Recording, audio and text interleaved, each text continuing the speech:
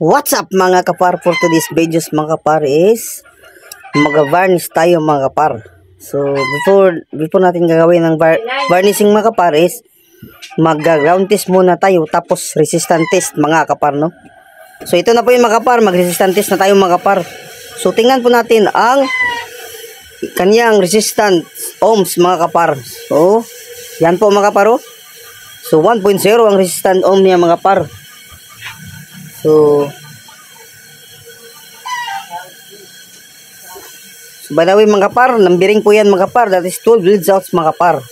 At saka ang motor na yan is 5 HP mga kapar. So 220 volts, 60 Hz. So yan po mga kapar. So mag resistance test muna tayo mga kapar. Is okay po yan mga kapar sa mga rewinder. Before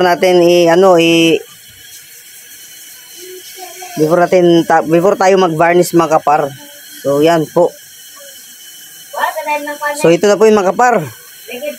So okay na po, okay yung lahat mga kapar, pasado. So ngayon is varnishing na tayo mga kapar.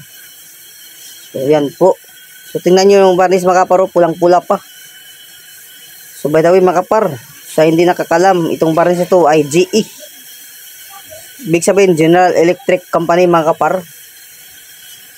So yan po mga kapar, which is a very good quality yan mga kapar, ang GE. GE talaga yung ginagamit namin dito mga kapar, hindi yung isang yung isang varnish mga kapar. Solid GE kami dito mga kapar. Kahit mahal, okay lang.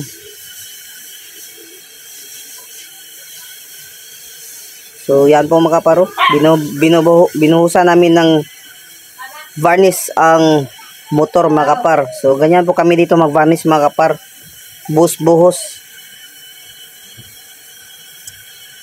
So by the way mga kapar, shoutout pa dyan sa mga followers ko, mga katropa ko sa USTP. At saka shoutout pa dyan sa mga electrician. Lahat ng electrician, shoutout sa inyo lahat. So ganyan po mga kapar ang ating pagbabarnish.